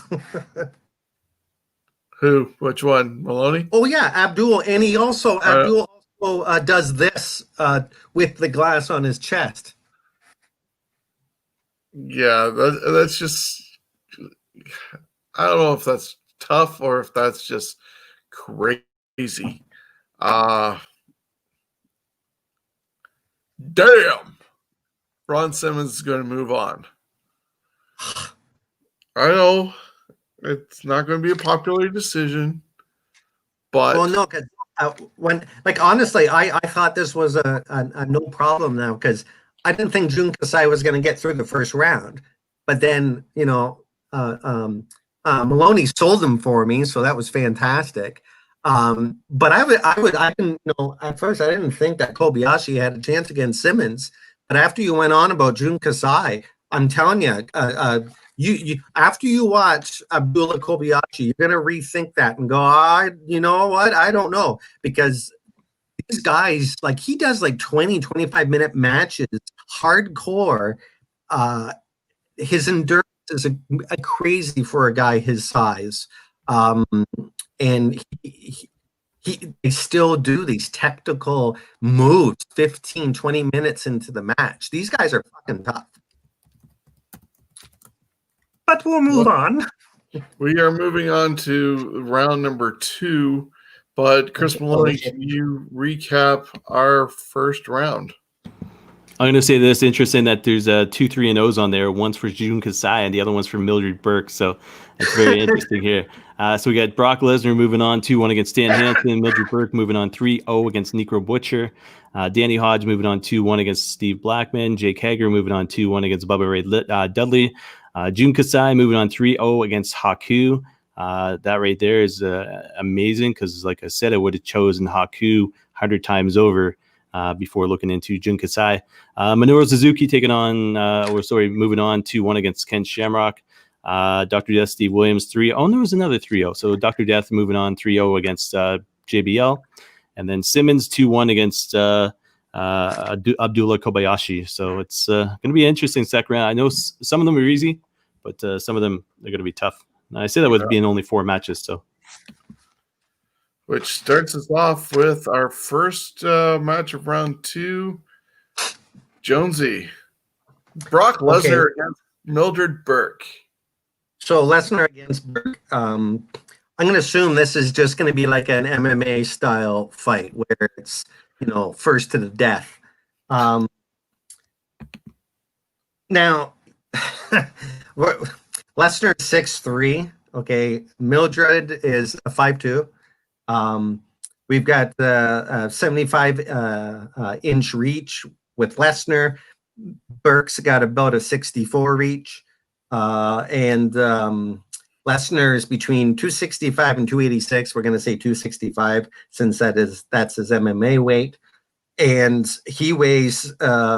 Oh yeah, but that was the weight. Sorry, and Burke 138 pounds. I would say that eventually I would hope that Brock Lesnar would win this one. The only thing is, like, Burke, in the history, Burke could get them down and say pin them, but could they knock them out? That would be the only thing with that. Could Burke take down Lesnar? I bet you she could. Could she do it for a long period of time? I would hope not. Part of me wants to go with Burke on this just because it's hard to predict. I mean, a woman that beats 200 guys and only lost the one, you'd imagine at least one or two of them are going to be the size of Lesnar. Maybe not as fit in that, but she was able to take these guys down. I would love to see it. It'd be great to put it into one of those virtual computer machines. Logic, I got to go with Lesnar, even though I do want to go for Burke on it. But I think with Lesnar, especially since he has these MMA titles and stuff like that, I got to go with Lesnar. But you know what? God damn. Well, I'm going to let Chris Maloney decide on this one because I was thinking the same thing in a way when you were talking, Jonesy, that of the guys that she went against, one loss. How many guys did she take down that were the size of Brock Lesnar going in there thinking, this is a 5'2" woman, I can take her, and she embarrassed the hell out of them. You know, how many of them were Brock Lesnar's size? So I'm going to go with Mildred Burke and see if what direction Chris Maloney's going to go. Yeah, fuck no. Mildred Burke is not going past Brock Lesnar. Sorry. It's just the way it is. You've got Brock Lesnar, 6'3", taking on somebody who's 5'2" and 130 pounds. As tough as she was, okay, and this goes to every wrestling fan out there. Okay, what was that? It was what was that that little stat that came up probably about 6 years ago, 21 and 1, I think it was, at this thing called WrestleMania. And Brock Lesnar beat up on The Undertaker. He beat the unbeatable at WrestleMania. Gave him a concussion, too. It gave him a concussion as well. So the fact is, when you look at Brock Lesnar, okay, here's a guy who obviously can handle himself in the ring as far as professional wrestling goes, as far as amateur wrestling goes as well. And then you look at it, and you look at his MMA career. Okay, the guy had 9 matches, 5 wins, 3 losses, 1 no contest. But when you look at it, his career itself, so the no contest, which was 2016, it was his final MMA match, went into the 3rd round. Okay, most of his fights, when you look at them, went 1st round, but a couple 2nd round, a couple 3rd rounds. And saying that, the fact is, when it comes down to it, Brock Lesnar, for being 6'3", 275 pounds, whatever you want to call him, dealing with the diverticulate, I'll get that name eventually, dealing with that, the fact is, I agree with Jones. Mildred Burke could probably take this guy down. But in that stat that's online that says 200 matches and 1 guy beat her, that's that guy. That's that Brock Lesnar. So Brock Lesnar, yeah, moves on, no problem at all. Why did Brock get a no contest? Huh? Why did Brock get a no contest? I don't know. I did. Let me see. He failed a drug hold test. On. Originally, a unanimous decision win for overtime. Yeah, because okay, fine. So drug test. So the fact is, it's you're telling me back in the carnival days that there wasn't drugs going on. I mean, Tylenol was a banned substance back then. So anyways, the fact is, Mildred Burke, if it went 30 seconds, might have a chance. But if she can't beat Brock Lesnar in 30 seconds, forget about it. Yeah, she's toast. Man, you know what, Maloney, you do really good on these sports battles and that on like TSN and all that, because you taking and saying that one person that lost, that's the Brock Lesnar. That sold it. That sold it, man. You convinced people at home. Well, 6'3" versus 5'2". I mean, it's like, yeah. Anyways, it is what it is. See, this is the type of stuff, though, I do believe that if you believe in heaven, this is the type of stuff that you will be able to get to see. But that's why I threw Mildred a bone. So, Should have anyway, thrown her a bigger bone there, like 6'3". match number 2 sees Danny Hodge taking on Jake Hager. A lot of legit toughness between both of them. I'm going with Danny Hodge. As we said earlier, he can crush things and with his bare hands and destroy them. So, sorry, Jake, go back to grandma and be grandma's boy. You know what? You know what? Jake Hager's crushed is 3 sports at this point. So football, pro wrestling, mixed martial arts. That's all I can say about that. Jake Hager, when you think about those stats alone, he's accomplished 3 different sports, excelled in 3 different sports. The guy is 6'7", 254 pounds, going up against Danny Hodge. I think when it comes down to it, as much as Danny Hodge can crush apples with his bare hands, this and that, the fact is, I think Jake Hager is just too much of an athlete to not go forward. So I got to go not Danny Hodge, but Jake Hager. And then Jonesy, your tiebreaker here. Well, Hodge is going through because Hodge was not in the Olympics once, but twice. And the guy got a silver in the 56 Olympics. And the guy at age 80, what he can do, to me, he's just as much of an athlete. There's a freaking trophy named after him, a collegiate wrestler for U of Oklahoma. His record is 46-0, 36 pins. He was trained by Ed the Strangler Lewis. I mean, my God, boxing 17-0, and then wrestling on top of that. And he won the Golden Gloves. I got to go with Danny Hodge since I'm going on stats. On this one, Danny Hodge for me. There we go. So Danny Hodge versus Brock Lesnar in the semifinals. Going on the other half of the block, we have Jun Kasai taking on Minoru Suzuki. So downside for me being a New Japan Pro Wrestling fan and loving Suzuki, you can't beat this Kasai guy as far as the two of these guys go. There are guys still left that could beat Kasai, but unfortunately Suzuki isn't crazy enough to be able to beat him, and he doesn't have enough size to be able to beat him as well. So Suzuki, as much as, like I said, when it came down to him and Ken Shamrock, yeah, for sure, but when it comes down to Jun Kasai, the fact is there's too much weaponry, and Suzuki, as crazy as he is, yeah, there's no way in the world. So I got to Kasai is my answer. Kasai is moving on for me. Jonesy. And Kazai is moving on for me as well. Another guy that is, Kazai can match up to is, if you heard the wrestler Masada, who also is been all over the place, is a tournament fighter.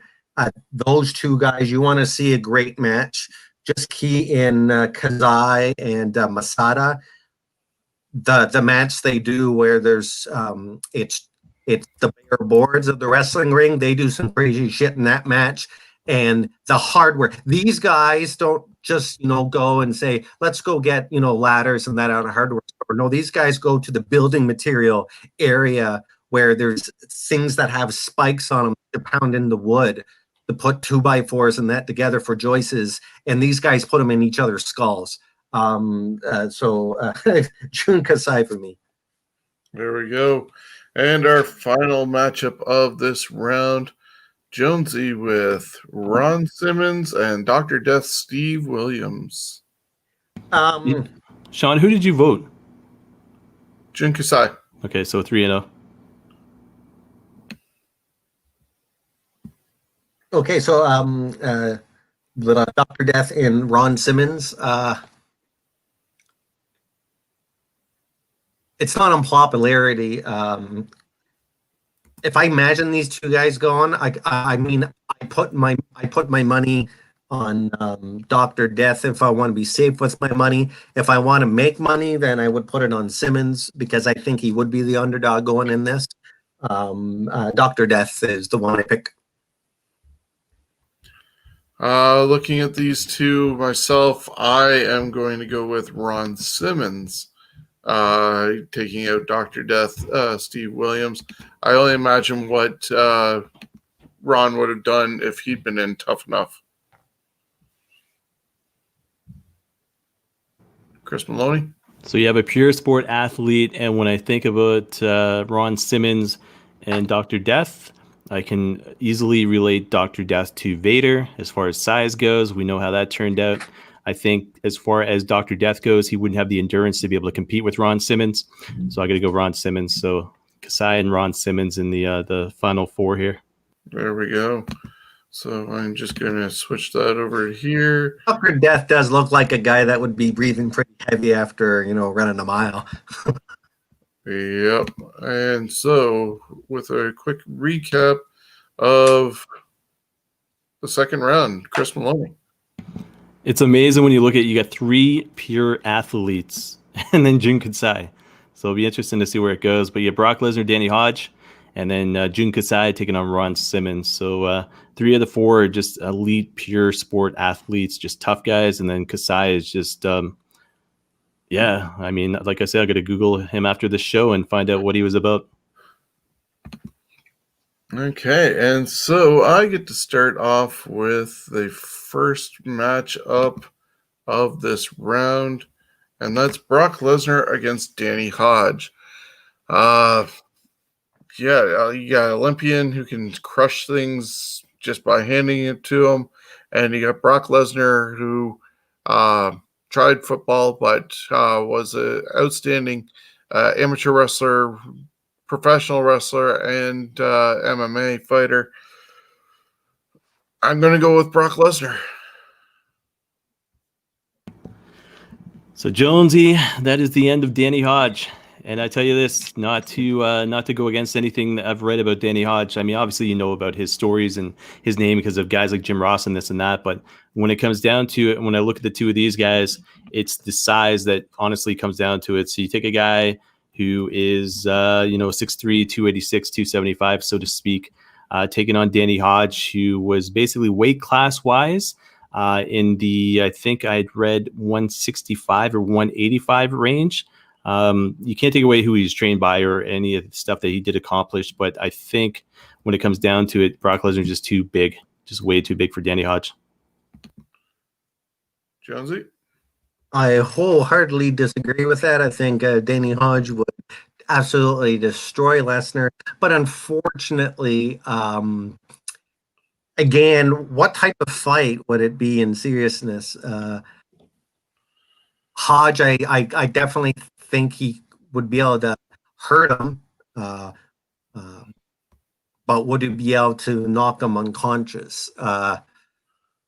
I would again. For me, now I kind of have to vote as if I'm betting. So I would give Lesnar to 3-0 on that. Oh, there we go.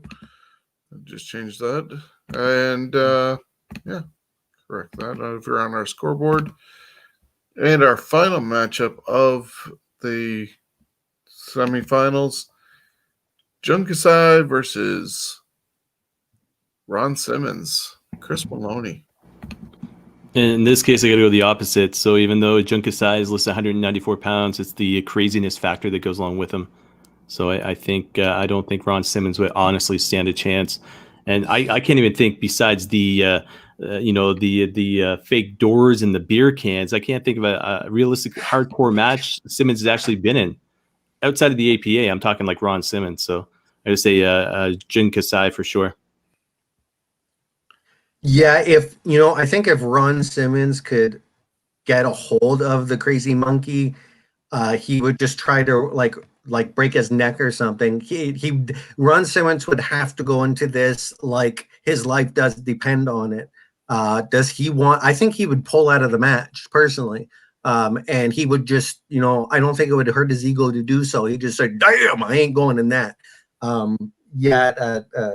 Jun Kasai, but if there's a guy that could beat him, he'd be one of them just because Ron Simmons, the look on him, the how big he was in college, and how well toned he was, and he was a true athlete. I think he'd have a chance against the guy.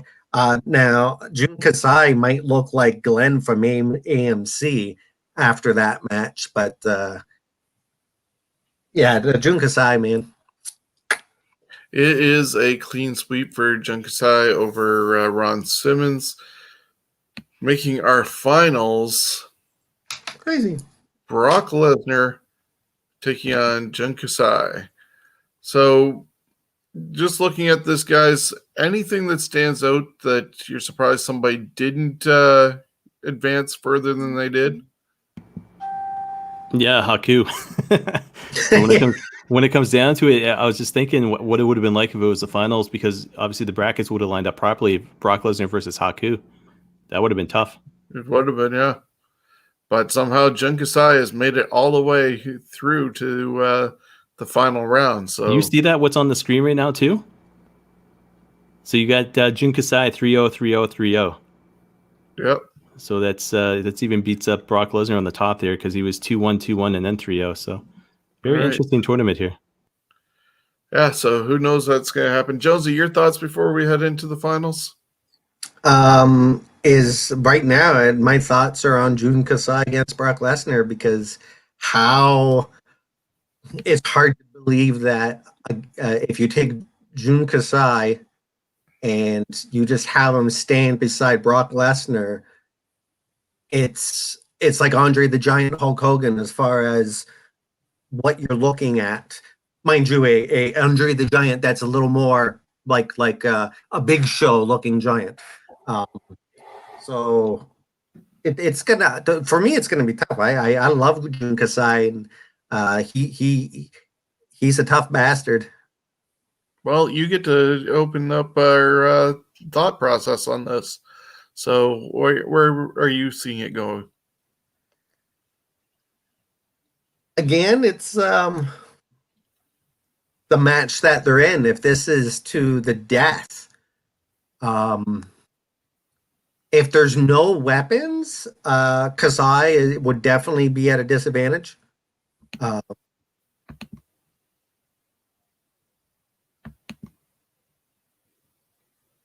Now, if and again, since we're talking toughest, the toughest out of the two, I would have to go with Jun Kasai.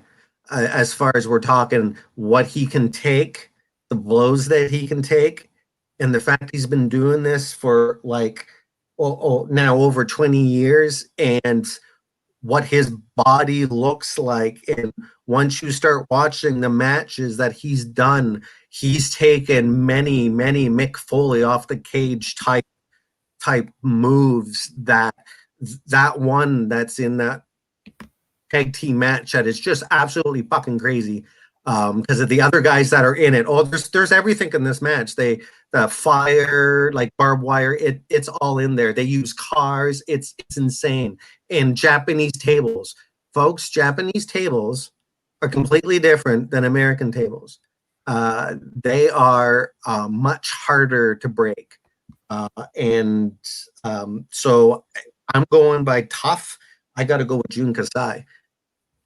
He may not win in a cage match against the guy, but as far as toughest human being, toughest guy that's been in this business, then I got to go with him. Okay, so just quickly looking at our timing as well, because AEW or NXT are going to start. So we do have some time to finish this up and do a couple plugs. Looking at these two against each other, I look at the fact that some of Brock Lesnar's best matches lately have been against smaller guys as opposed to bigger guys. But then also what he did with Undertaker. There was that moment that they were against each other and they both sat up and were both looking at each other, laughing their head off. And that's a moment that WWE likes to play. So imagine Jun Kasai hitting him with something, some of the plunder that he likes to use, and Brock just looking at him and laughing his head off. I'm going to send this to a tiebreaker to Maloney with picking Brock Lesnar. So I'm going to say this. It's one of those things where if all of a sudden he gets his hands on you, you're toast. And I was just looking through the match listings of Jun Kasai, and he's fought guys like El Generico, otherwise known as Sami Zayn. He's fought guys like Loki. He's been involved in matches with regards to, what was the other big name I saw here? Sami Callihan was the other name as well. So Sami Callihan had actually beat him in a hardcore match. So I'm thinking this, if a guy like Sami Callihan could beat a guy like Jun Kasai, the fact is Brock Lesnar, I agree with you to a point. If the guy was hitting Brock Lesnar with weapons, Brock would just kind of probably look at him and laugh. But Brock has made a showing of his career, putting over big guys, small guys, medium-sized guys. So I think Kasai would have a chance, but I think when it all comes down to it, Brock Lesnar is just way too big and strong. And I mean, you could hit him with a light tube and he'd probably, eat it up and spit it out at you and be like, yep, all right, you're done. So Brock Lesnar. There we go. And I disagree with that because this is toughest. Now, who's going to win a match? Toughest. Yeah, but I'm talking toughest person to win a match. Then this is toughest. Not who's going to not who's going to win a match. Who's going to survive the night? Here's a question for you then. Brock Lesnar would probably laugh at him and keep going and beat the living hell out of him. Jonesy, if Brock Lesnar picks up a light tube and Jun Kasai picks up a light tube and they're both swinging at you, whose do you want to miss? Honestly, Jun Kasai. You want him to miss? No, actually, I'd want Brock to miss because Brock, he would scare me more because again, he'd be hitting you to kill you. Where Jun Kasai is trying not to kill you because he's got to work with you later.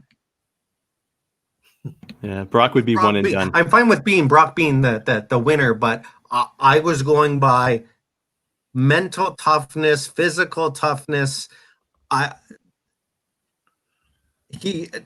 Kasai is a freak.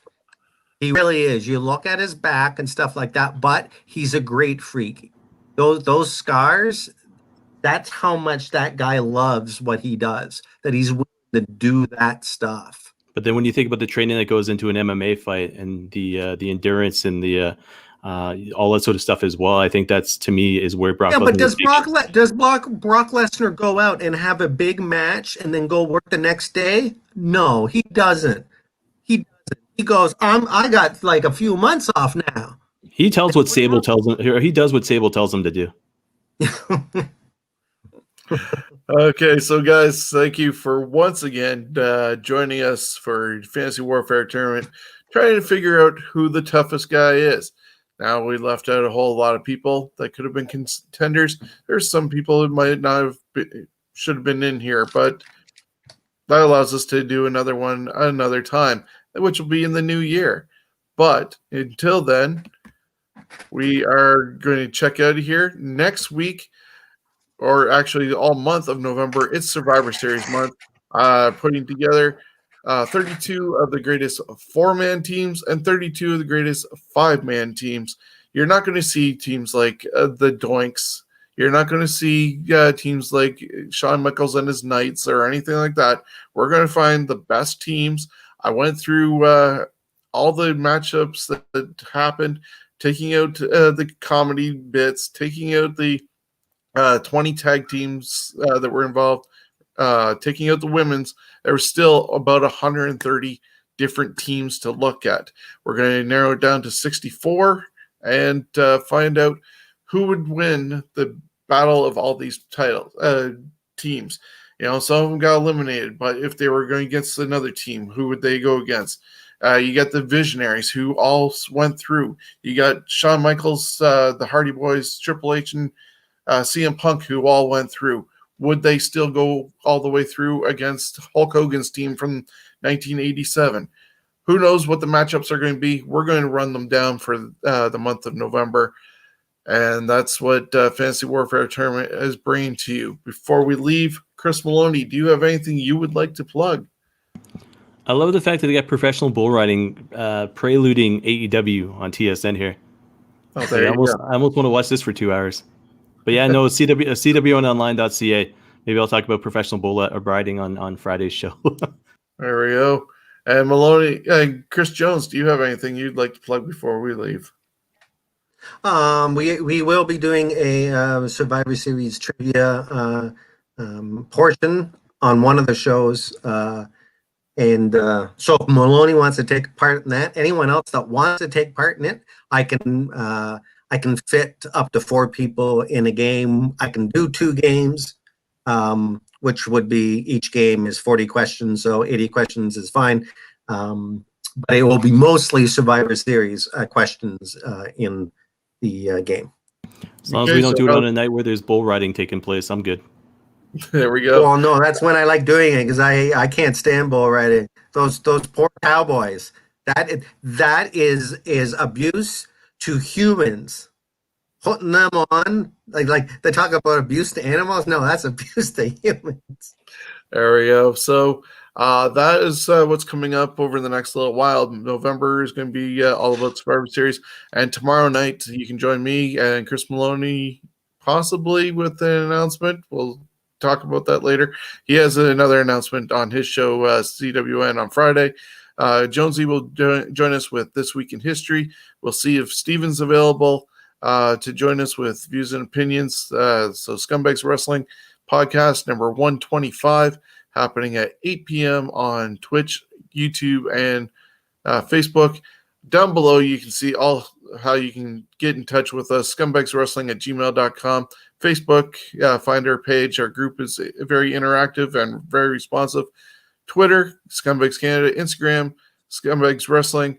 And you can just get in touch with us with any of your suggestions. So until then, have a great And don't night. forget, tomorrow's the Halloween edition of This Week in History of Wrestling.